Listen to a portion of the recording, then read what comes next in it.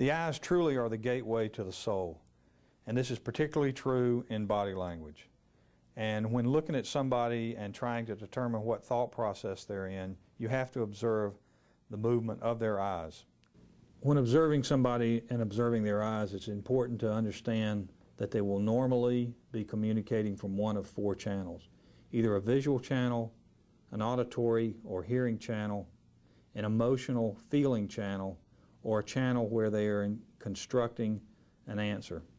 With visual, when people are in the visual channel, they are accessing their visual memory, and what they are doing is they are seeing in their mind's eye an event they may be recalling.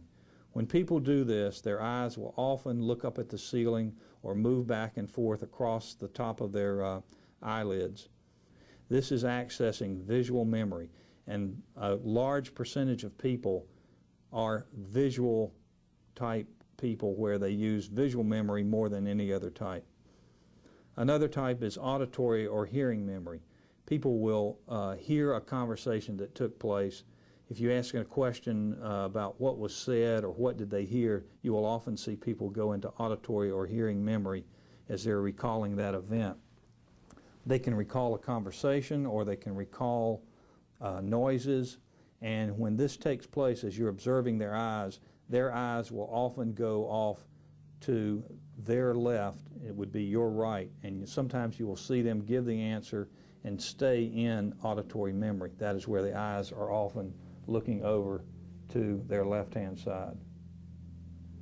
The third channel that people work in is the emotional or feeling channel. This is of critical importance to be able to recognize when people are in the feeling channel, because this is where all important decisions are made. Oftentimes when somebody makes a confession or when they make an important life decision, you will see them look into the feeling channel. This is recognized by one of three different ways. Sometimes they will close their eyes. This may be for what would be considered a long blink, or their eyelids may remain closed. Or they may look down. Oftentimes the entire head will look down, sometimes just the eyes. A third way that you can recognize someone being in the feeling channel is when they are staring. They will stare off, and although they are looking in a certain direction, they're not seeing anything. What they are seeing is the memory that they have in their mind. It's critically important to remember that someone in the feeling channel is in an emotional state. And when you can recognize that someone has emotional feeling about someone, you can understand what their thought process is and how they feel about a certain subject. All confessions or all decisions to make a confession are done in the feeling channel.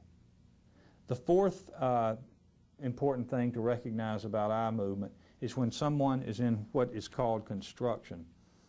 When people are in construction, if you ask them a question or you ask them to describe something, their eyes may look off to their right, which would be your left.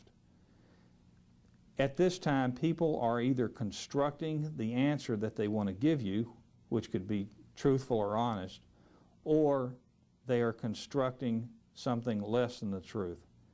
And someone's eyes may dart over to their right and then come back and look at you because simply what they were doing was deciding how to construct the answer they wanted to give you. This does not mean that it is the truth. It doesn't mean that it's a lie. It means that simply that they were in construction.